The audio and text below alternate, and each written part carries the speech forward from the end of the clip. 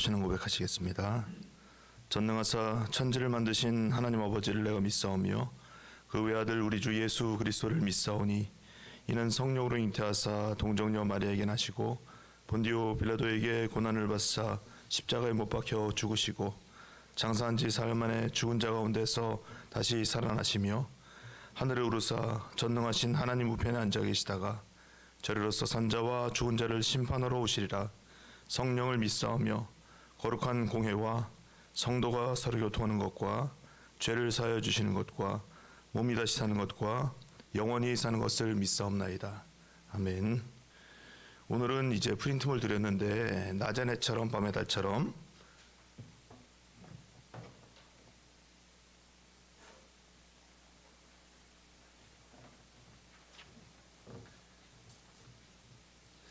낮의 해처럼 밤의 달처럼 우리 찬양하시겠습니다.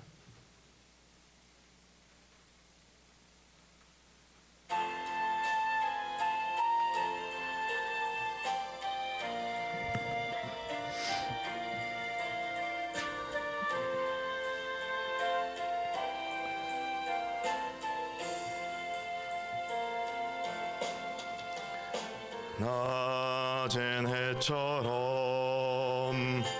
밤엔 달처럼 그렇게 살 수 없을까? 욕심도 없이 얻은 세상 비추어 온전히 남을 위해 살듯이 나의 일생에 꿈이 있다면 이 땅에 빛과 소금 되어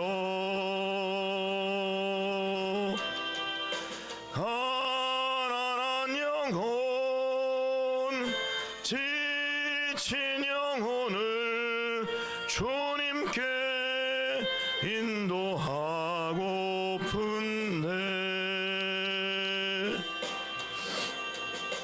나의 욕심이 나의 못난 자가 언제나 커다란 짐 되어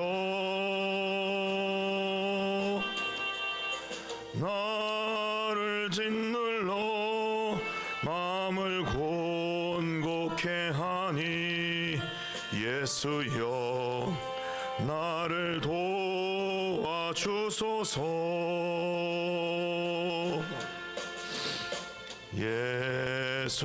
예수님처럼 바울처럼 그렇게 살 수 없을까? 남을 위하여 당신들의 온몸을 온전히 버리셨던 것처럼 주의 사랑은 베푸는 사랑 값없이 그저 주는 사랑. 그러나 나는 주는 것보다 받는 것 더욱 좋아하니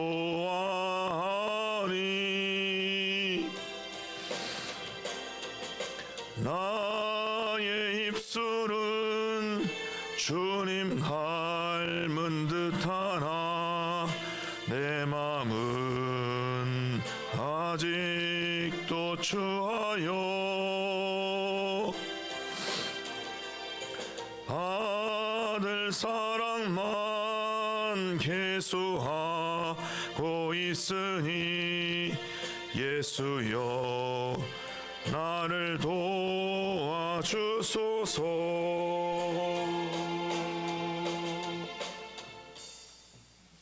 아멘.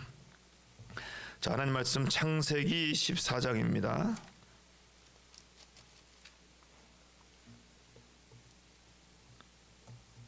함께 교독으로 봉독하시겠습니다. 당시에 신할 왕 나므라벨과 엘라살 왕 아리옥과 엘람 왕 그돌라오멜과 고임 왕 디달이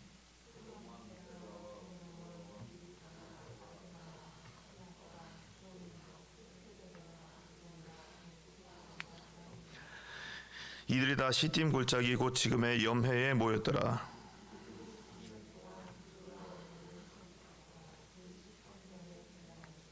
제14년에 그돌라오멜과 그와 함께한 왕들이 나와서 아스롯 가르나임에서 르바 족속을, 함에서 수스 족속을, 사회 기랴다임에서 엠 족속을 치고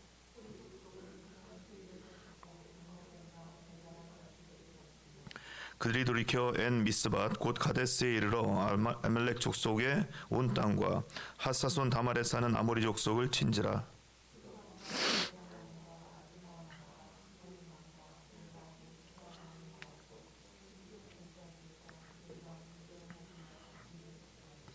엘람 왕 그돌라오멜과 고임 왕 디달과 신할 왕 아므라벨과 엘라살 왕 아리옥 네 왕이 곧 그 5 왕과 맞서니라.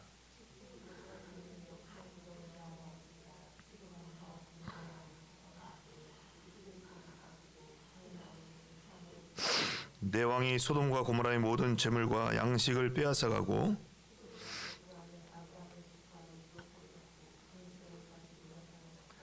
도망한 자가 와서 히브리 사람 아브람에게 알리니 그때에 아브람이 아모리 족속 마므레의 상수리 숲을 근처에 거주하였더라. 마므레는 에스골의 형제요 또 아넬의 형제라. 이들은 아브람과 동맹한 사람들이더라.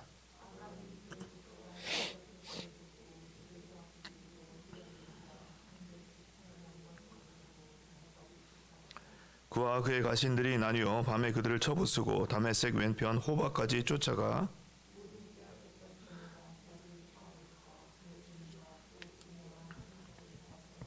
아브람이 그돌라오멜과 그와 함께한 왕들을 쳐부수고 돌아올 때에 소돔 왕이 사회 골짜기 곧 왕의 골짜기로 나와 그를 영접하였고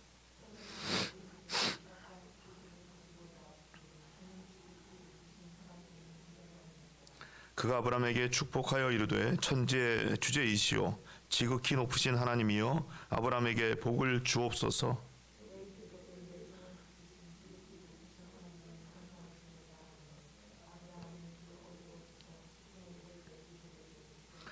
소돔 왕이 아브람에게 이르되 사람은 내게 보내고 물품은 내가 가지라.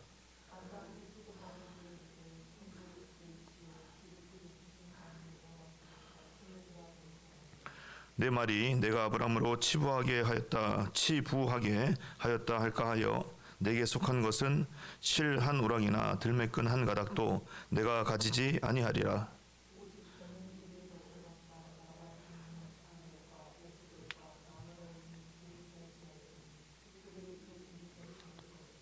아멘. 자, 오늘 말씀 제목은요, 예배자에게 오는 3가지 현실입니다. 예배자에게 오는 3가지 현실. 정말 오랜만에 낮은 해처럼 밤의 달처럼 불러봤는데 정말 오랜만에 불러서 그런지 또 그 은혜가 참 많이 되는 것 같습니다. 예. 그렇게 살 수 있기를 주님의 이름으로 축원합니다. 예. 예배자에게 오는 3가지 현실. 우리가 이제 창세기 1장에서 11장까지는 원 역사라고 그랬습니다. 원 역사. 그리고 창세기 12장부터 시작되는 역사 50장까지는 족장사라고 그랬습니다. 족장들의 역사. 아브라함, 이삭, 야곱, 요셉 쭉 이어지는 족장들의 역사. 그래서 12장부터 50장까지 얘가 왜 이렇게 행동을 하지? 무슨 일이 있었던 거야? 정말 잘 모르겠네. 그러면 1장에서 11장까지 거기에서 뭔가 실마리를 이제 찾아볼 수가 있겠습니다. 창세기 1장에서 하나님 말씀이 가장 먼저 이제 나왔잖아요. 말씀이 먼저 있었습니다. 12장에서도 가장 먼저 나오는 것은 역시 하나님의 말씀이었습니다. 하나님이 아브라함을 부르셨고 갈대아 우르에서 떠나라고 그렇게 말씀하셨습니다. 그리고 이제 13장에 와서 정착한 곳이 가나안 헤브론 땅이죠. 가나안 헤브론 땅에서 아브라함이 가장 먼저 행한 것이 13장 18절 말씀 보니까 이 아브라함이 장막을 옮겨 헤브론에 있는 마므리 상슬의 숲으로 이르러 거기 거주하며 거기서 여호와를 위하여 제단을 쌓았더라 그랬습니다. 이전에도 제단을 쌓았잖아요. 예배를 드렸습니다. 그런데 이전에는 여호와께 제단을 쌓은 것은 자신을 위한 것이었고 여호와의 이름을 부른 것도 자신을 위한 것이었단 말이죠. 근데 지금 바뀌었습니다. 비로소 13장 18절 헤브론에 와서 여호와를 위하여 제단을 쌓았더라 그랬습니다. 여호와를 위하여 제단을 쌓았더라. 그래서 우리가 족장사를 시작하는 이제 창세기 12장과 13장 이 두 개의 장을 통해서요, 창세기 전체의 틀, 나아가서 성경 전체의 틀, 더 나아가서 역사 전체의 틀을 알게 됩니다. 그것은 두 가지. 하나는 하나님이 말씀하시고, 두 번째는 우리는 예배하는 것이다. 하나님은 말씀하시고 우리는 예배하는 것이다. 천지 만물을 창조하신 하나님께서 말씀하셔서 우리 인생 전체를 예배로 포맷하시는 겁니다. 예배로 포맷하신다. 예배가 우리 인생의 본질입니다. 흔히 우리 생각은요, 예배를 드림으로써 복을 받는다, 그렇게 여깁니다. 예배를 드렸기 때문에 그 대가로 뭔가 받고 새로워지고 이제 그렇게 생각을 하게 되는 것이죠. 근데 이것은 세상 논리, 세상 생각이라는 겁니다. 세상이 추구하는 인과율, 목적론, 조건과 옵션이 걸린 계약의 이행에 불과한 것이 되는 겁니다. 예배를 조건 삼아서 복 주세요, 복 내놔라 하나님께 조르는 유치함이라고 하는 겁니다. 예배를 또 하나님을 내가 받을 복을 위해서 희생되어야 할 도구로 만들어버리는 죄성입니다. 그것은 깊은 믿음에 들어간 분들은요, 모두 다 고백을 하십니다. 예배할 수 있는 것이 가장 큰 축복이다. 예배의 자리가 나에게는 가장 큰 은혜다. 하나님께서는요, 예배를 통해서 우리 모두가 예배자 되게 하십니다. 예배를 드렸기 때문이 아니라 예배자에게 축복을 한량없이 주시는 겁니다. 예배자에게. 부모가 자녀 사랑할 때 자녀가 자녀 노릇해서 사랑하는 것이 아니죠. 자녀이기 때문에 사랑하는 것입니다. 자신이 부모님의 자녀라는 것을 확인하면 자녀로서 감사하면서 내내 살아갈 수 있게 되는 것이죠. 하나님 그렇습니다. 우리가 하나님의 자녀이기 때문에 사랑하는 것이죠. 하나님의 자녀인 것을요, 우리는 예배를 통해서 확인합니다. 하나님의 형상을 따라 지음받았다는 것도 예배에서 확인합니다. 한량없는 하나님의 은혜가 있다는 것도 예배에서 확인하게 됩니다. 하나님은 우리를 예배자로 부르셨습니다. 예배자로. 넌 복받아야 될 사람이야. 물론 맞죠. 그러나 근본적으로 예배자로 부르셨다. 예배자임을 알게 하여 주시고 예배자에게 한량없는 축복을 부어주신다는 겁니다. 지금 아브라함을 그렇게 예배자로 부르셨습니다. 그런 예배자가 맞이하게 되는 현실이요, 오늘 14장 말씀이 세 가지 현실이 있다 그렇게 보여주고 있는데, 하나는 전쟁의 현실이잖아요. 지금 고대 근동 지역에 엄청난 세계대전이 지금 벌어지게 된 겁니다. 크나큰 위기 상황이죠. 두 번째는 소돔이라고 하는 현실입니다. 아브라함을 넘어뜨리게 만드는 크나큰 유혹의 상황이죠. 세 번째는 살렘이라고 하는 현실입니다. 살렘의 뜻은 평안이잖아요. 평화입니다. 살렘의 현실은 크나큰 은혜의 상황이라고 볼 수가 있겠습니다. 이 세 가지 현실, 우리 예배자들에게 항상 찾아오는 세 가지 현실입니다. 전쟁, 소돔, 살렘, 요 세 가지. 헤브론에서 참 예배자로 서게 된 아브라함이요, 이 현실들을 어떻게 맞이하고 대했는가, 그것을 보면서 우리 새벽의 예배자, 우리가 맞이하는 현실을 하나님의 축복으로 맞이하고 누릴 수 있기를 주님의 이름으로 축원합니다. 자, 첫 번째로는요, 예배자가 승리한다. 예배자가 승리하는 겁니다. 예배자. 어제 말씀을 통해서 예배자는 상황과 환경을 압도한다고 그랬습니다. 전쟁도 상황과 환경이잖아요. 그렇다면 예배자는 전쟁도 압도하게 되는 것이죠. 사실이 그렇습니다.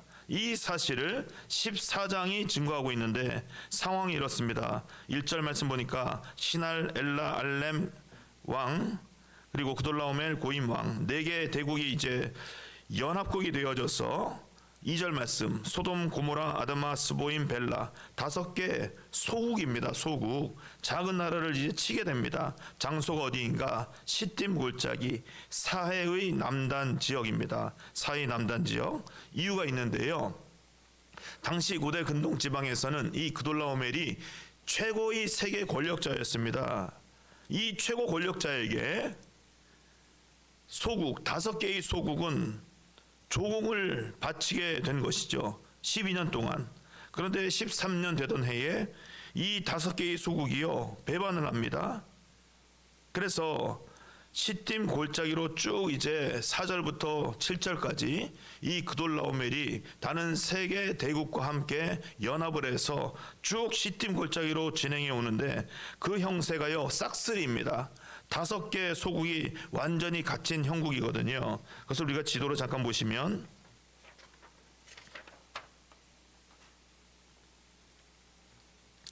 자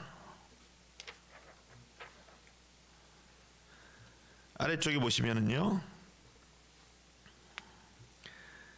지금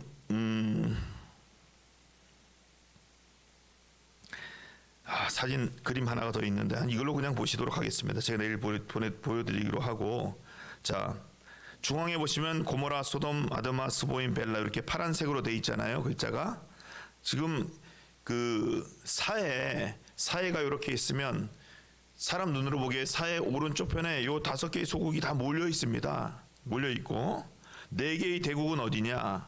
자 시리아, 이라크, 이란 지역에 보시면은요 이란 지역에 그 셈의 장자 돼 있는데 그 파란색으로 보니까 잘못했는데 셈의 장자가 누구냐면 그돌라오멜입니다.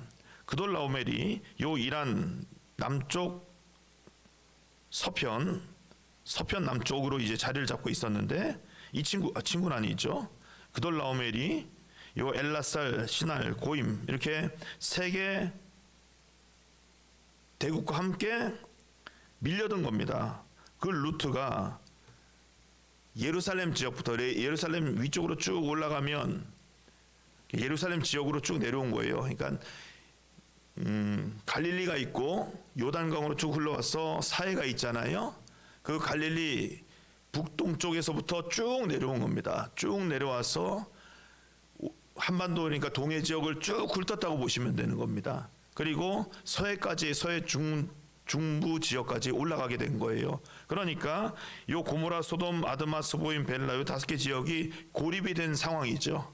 한쪽은 4개 연합군이 와 있고 한쪽은 지금 사해입니다. 갈 데가 없지요. 자, 이런 상황이고요. 그러면 이러한 상황에서 아브라함이 어떤 위치에 있을까?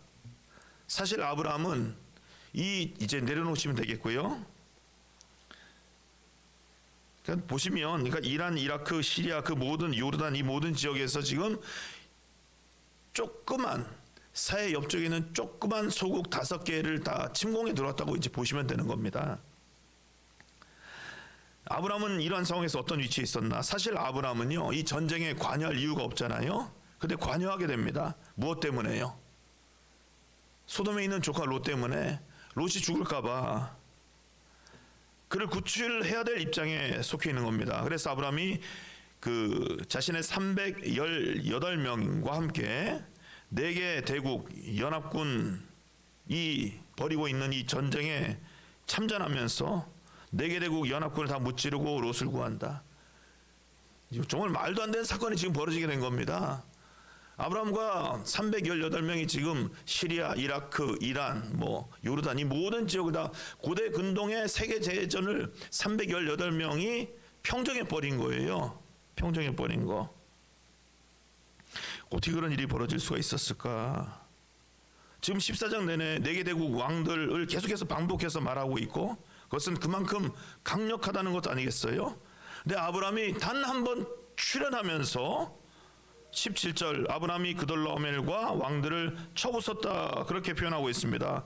단 한 번 나타나서 그 사람들은 너무나 황당했을 것 같아요. 놀랍습니다. 왜냐하면 아브라함이 애굽에 갔었을 때 애굽에서 죽을까봐 자기 아내 사례를 여동생이라고 속인 찌질한 가장이었거든요. 근데 지금은 용맹한 장수가 되었습니다. 어떻게 이렇게 됐을까? 달리 설명할 길이 없다는 것이죠. 예배 이전에 아브라함은 찌질한 가장이었었고 예배 이후에 아브라함은 용맹한 장수라고 하는 겁니다. 예배가 그의 인생을 갈라놨다 하는 것이죠. 제가 뭐 이런 예를 찾아보니까 아무래도 우리가 잘 알고 있는 분을 거명을 할 수밖에 없을 것 같아서 예를 이분을 드는데요. 미국의 16대 대통령이 그 아브라함, 이름도 어떻게 아브라함이에요? 아브라함 링컨이잖아요. 그를 두고서 백악관을 기도실로 만든 대통령, 기도로 세상을 바꾼 대통령, 이렇게 수식어를 붙입니다. 이분이 1860년도 11월에 이제 대선에서 당선을 하게 됐는데요. 당선되자마자 그 노예 제도의 문제가 이제 불거지면서 이 그 미 연방 정부였잖아요. 그래서 남부에 있는 7개 주가 다 분리를 해버렸습니다. 남부에 있는 7개 주가 분리를 하면서 자신들끼리 새로운 정부를 구성했거든요. 그래서 그 Confederate States of America라고 CSA라고, USA가 아니라 CSA라고 그렇게 본인들이 새 정부를 구성을 해버렸어요. 그러면서 1861년도에 이제 뭐 섬통과 거기에 남부군이 북부군을 그 치면서 남북 전쟁이 벌어지게 된 것이죠. 그 남북 전쟁이 4년 동안 쭉 이어졌는데 뭐 결론은 노예제가 폐지됐다. 남북은 로버트 에드워드 리라고 하는 장군이 항복하면서 종결이 되고 노예제가 이제 폐지가 됐다는 겁니다. 근데 그 이전에 이분이 이제 그 대통령이 되기 전에 공화당 전당대회 그 상원의원 후보직을 수락하면서 했던 연설이 있는데 그 내용이 이렇습니다. 간단한 문장, 한 문장만. 스스로 분열된 집안은 바로 설 수 없습니다. 나는 이 정부가 절반은 노예로 나머지 절반은 자유민으로 살아가는 상태가 영원히 지속될 수 없음을 믿습니다. 그러니까 노예제를 철폐시키겠다, 그런 이야기가 되겠죠. 한 가족 안에 지금 분열된 집안이라고 그렇게 얘기를 했습니다. 근데 그것을 이제 통합시킨 것이 아브라함인데 한 사람이 그 넓은 땅덩어리를 통합을 시켰다. 무엇으로요? 링컨 신앙생활의 10계명이 있는데 그 지금 다 적기는 그렇고 내일 지도와 함께 이것도 적어서 드릴 텐데 신앙생활의 10계명 첫 번째가 뭐냐면요. 저를 따라서 한번 읽으시겠습니다. 나는 주의를 거룩하게 지키며 예배 생활에 힘쓸 것이다. 그러니까 링컨이 예배 중심으로 살고 예배를 통해서 자신의 인생이 바뀌고 예배를 통해서 국가의 명운을 바꿔놨다는 겁니다. 바꿔놨다. 그리고 그 미국 땅덩어리에 그 수많은 흑인들이 자유한 사람이 되게 했다 하는 것이죠. 제가 봤을 때는 아브라함 링컨이 아브라함보다 조금 더 위대한 것 같아요. 왜냐하면은 그 아브라함은 조카 롯만 자유케 했지만 아브라함 링컨은 수많은 흑인들을 다 자유케 했으니까 어쨌든 예배가 그렇게 만들었다는 것입니다. 예배가. 링컨이 분열된 집안이라고 말했는데요. 사실 14장에 나와 있는 이 나라들의 원 역사, 아까 말씀드렸잖아요. 1장에서 11장 원 역사를 찾아가 보면 이들 역시 분열된 집안입니다. 다시 지도를 보시면 위편에 있는 지도에 이제 노란색으로 되어 있는 것이 셈의 후손들이 되겠고요. 흑색으로 되어 있는 것이 함의 후손들, 흰색으로 되어 있는 것이 야벳의 후손들이잖아요. 그 노아의 후손들이 사방팔방으로 다 이제 뻗어나가게 된 겁니다. 근데 가만히 보시면 어떻게 된 거냐?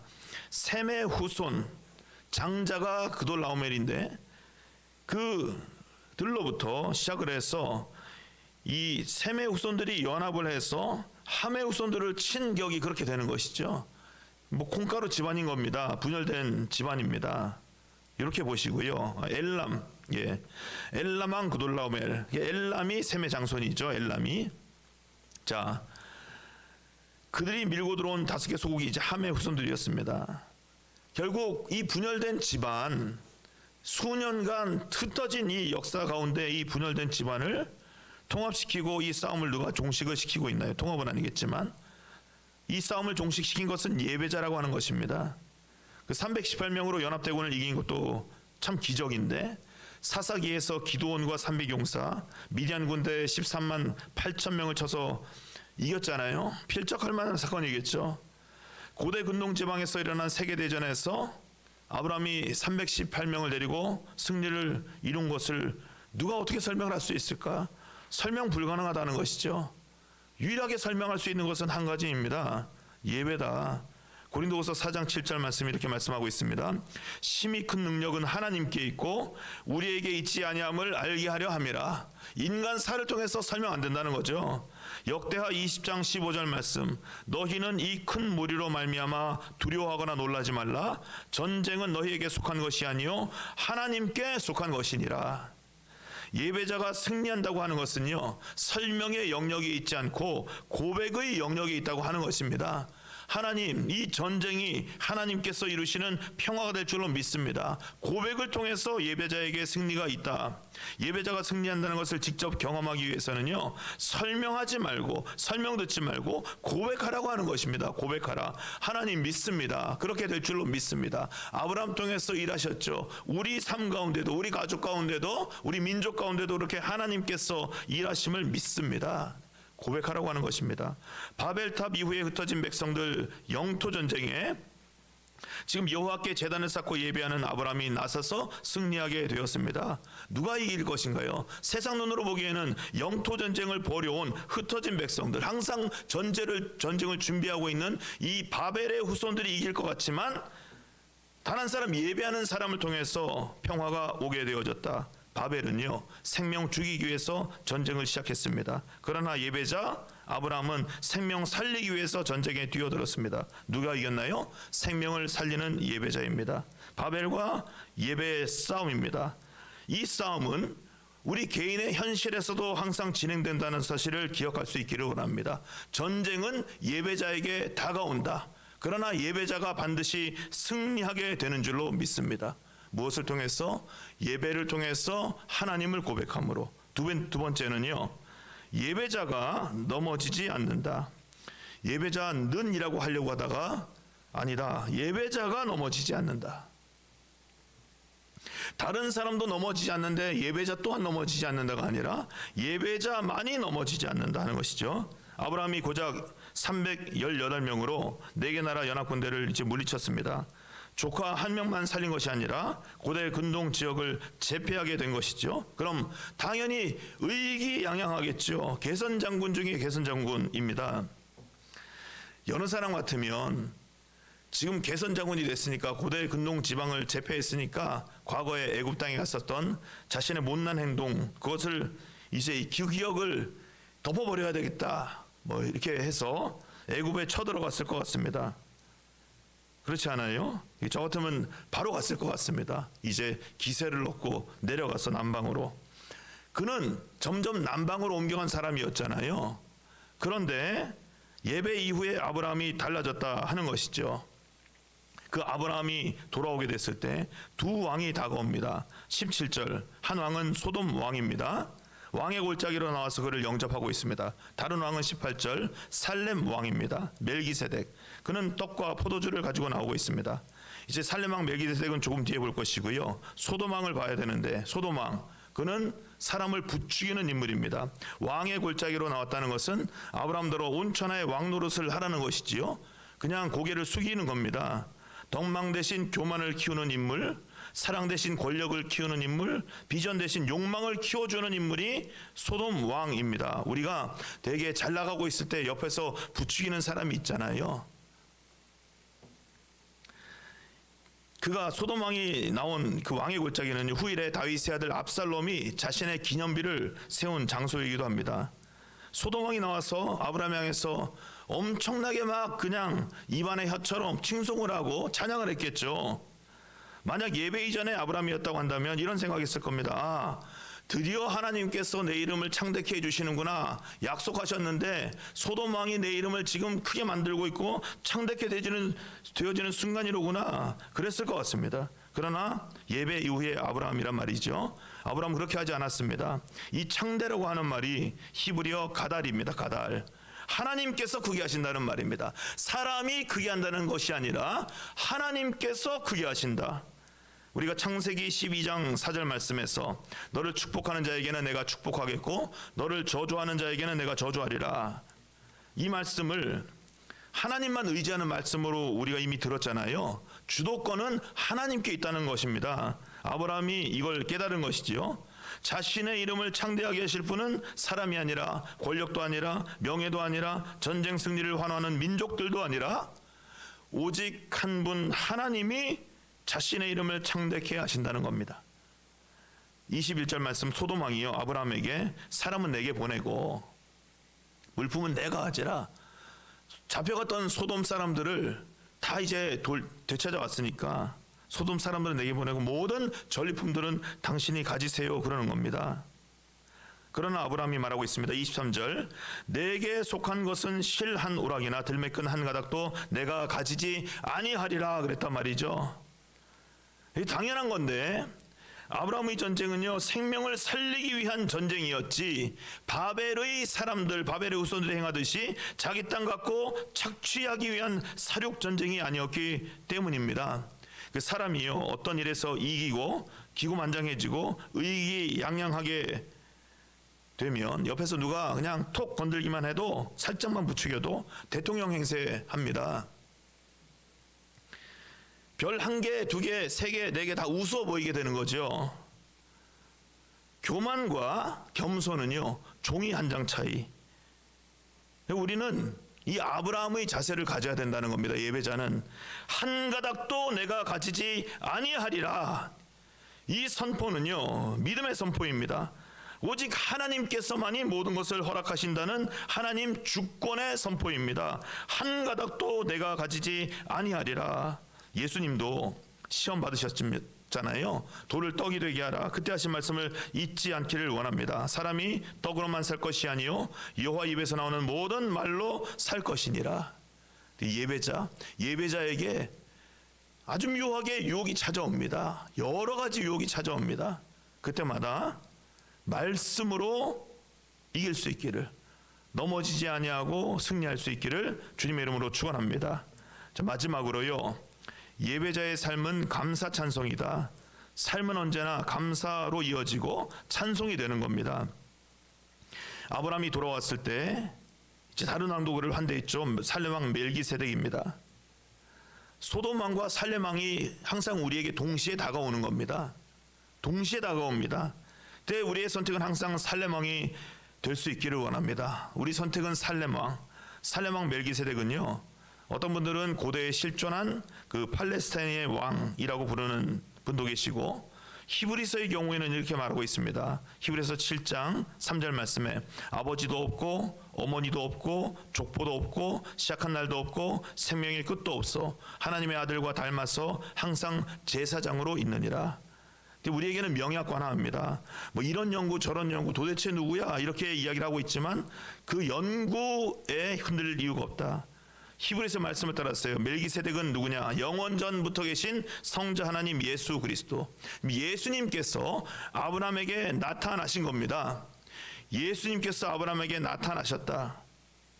이 말은요, 이 말이 상당히 중요한 의미인데, 지금 아브라함을 율법이 먼저 찾아간 것인가요? 은혜가 먼저 찾아가신 것인가요? 은혜가 찾아갔다 하는 겁니다. 은혜가 아브라함을 만나 주었습니다. 살렘왕 멜기세덱, 예수 그리스도, 주님께서 우리를 만나 주시는 것은 율법으로 만나 주시는 것이 아니라 은혜로 만나 주시는 거잖아요. 지금 아브라함에게 은혜가 갔습니다. 이때 성령 최초로 11조가 등장하고 있는데요, 이것도 마찬가지 맥락입니다. 11조, 은혜라고 하는 것이지요. 11조 규정은요, 모세 당시에 받은 율법이잖아요. 당시 종교 직분자들을 위한 살해 금으로 쓰인다, 뭐 이런 얘기도 하고 그런 쪽으로 기울고 편향된 인식이 있고, 그런데 11조는요 율법이 아니라고 하는 겁니다.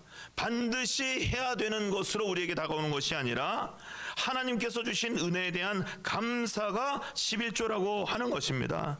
아브라함이 소돔 왕의 말을 따라서 세상 물질을 취하는 그런 마음이 아니라 살렘 왕을 통해서 물질에 자신의 믿음, 자신의 마음, 자신의 정성을 담아서 감사를 드린 것입니다. 11조는요 하나님을 향한 우리의 감사입니다.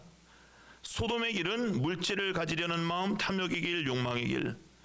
살렘의 길은 물질을 드리려는 마음, 감사의 길, 찬송의 길.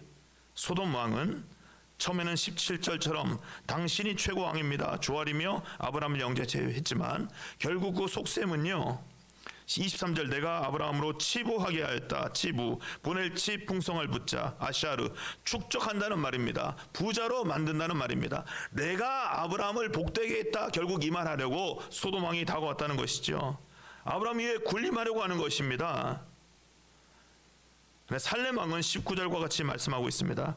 그가 아브라함에게 축복하여 이르되 천지의 주제이시오 지극히 높으신 하나님이 아브라함에게 축복을 주옵소서. 여기서 주제라고 하는 말이 중요한데 히브리어 카나입니다. 카나는요 하늘 땅을 고안하시고 창조하시고 바로 세우신다 하는 뜻입니다. 누가 그렇게 하나요? 왕은 오직 하나님뿐이라고 하는 고백이 있죠. 만약 아브라함이 의기양양해서 자신이 최고 왕인 줄 그렇게 교만과 착각에 빠져 있었다고 한다면요 살렘의 이 말은 축복의 말이 아니라 위풍당당하게 금이 환영하고 있는 아브라함에게 그 찬물을 끼얹는 그런 격이 되었을 겁니다. 내가 지금 고대 근동 지역을 제패한 세계의 왕인데 내가 축복권이 있지, 이 상황에서 누가 나를 축복한다는 말이야. 내 위에 더 높은 그런 권위자가 있다는 말인가? 권력자가 있다는 말인가? 기분 나빴을 겁니다. 내가 축복하는 사람인데. 근데 살렘왕 멜기세덱 그렇게 밀쳐냈을 것 같습니다. 그러나 예배 후에 아브라함은 달랐다 하는 것입니다. 멜기세덱이 20절 말씀 너희 대적을 내 손에 붙이신 지극히 높으신 하나님을 찬송할지로다. 찬송하라고 하자 바로 10분의 1을 멜기세덱에게 건네고 있습니다. 주었다는 말 20절 말씀에 10분의 1을 멜기세덱에게 주었더라. 이 주었다는 말은 나탄입니다. 나탄은 누구 탓이라는 얘기잖아요. 내가 한 것이 아니라 내가 얻은 것이 아니라 하나님께서 모든 것을 나에게 주셨습니다. 주신 것으로 저는 제 마음을 담아서 하나님께 감사를 드리는 겁니다. 그렇게 고백을 하고 있는 것입니다. 아브라함은요 예배자에게 항상 다가오게 되어지는 이 세 가지 현실에 어떻게 반응하고 대처해야 하는지 알려주고 있습니다. 전쟁이라는 극단의 위기가 왔을 때에는 예배자가 승리자다 이것을 알려주고 있고, 욕망과 유혹과 물질과 명예가 다가와서 넘어뜨리려고 할 때에는 예배자만이 넘어지지 않는다 그것을 알려주고 있고, 하나님의 은혜가 다가올 때 그것을 율법화시키지 아니하고 겸손하게 은혜에 감사하고 찬송하는 예배자로 서게 하는 것을 알려준다 하는 겁니다. 예배가요 우리 삶의 본질이고 중심입니다. 그거 놓치면 종교인 되는 겁니다. 우리 모두가 참 예배자로 서도록 하나님께서 오늘도 일하고 계십니다. 우리 일상에서 감사, 찬송으로 반응하는 예배자로 하나님의 신령한 은혜만을 누릴 수 있기를 주님의 이름으로 축원합니다. 존귀하신 아버지 하나님, 하나님께서 하나님의 자녀 되게 하여 주시고 하나님의 형상 따라 저희들을 지어주시고 모질고 모진 이 세상 가운데에서 하나님의 은혜를 살고 감격하며 예배자로 서게 하여 주시니 감사합니다. 오늘도 세상 가운데에서 예배자로 승리케 하여 주시고 하나님께서 하늘의 신령한 은총 베풀어 주실 때에 이 땅에서 예배자로 세우신 하나님의 큰 사명을 살아갈 수 있도록 인도하여 주시옵소서. 예수 그리스도 이름으로 기도하옵나이다. 아멘. 자, 우리 양손 높이 드시고 주님의 이름 세 번 부르시고 통성으로 기도하겠습니다. 주여 주여 주여. 자비하시고 존귀하신 아버지 하나님, 하나님께서 오늘도 은혜 은총 베풀어 주셔서 십자가 거룩한 새벽 제단 앞으로 인도하여 주셨습니다. 이 미명의 순간에 하나님을 만나는 뜨거운 경험 세계를 하나님께서 열어주시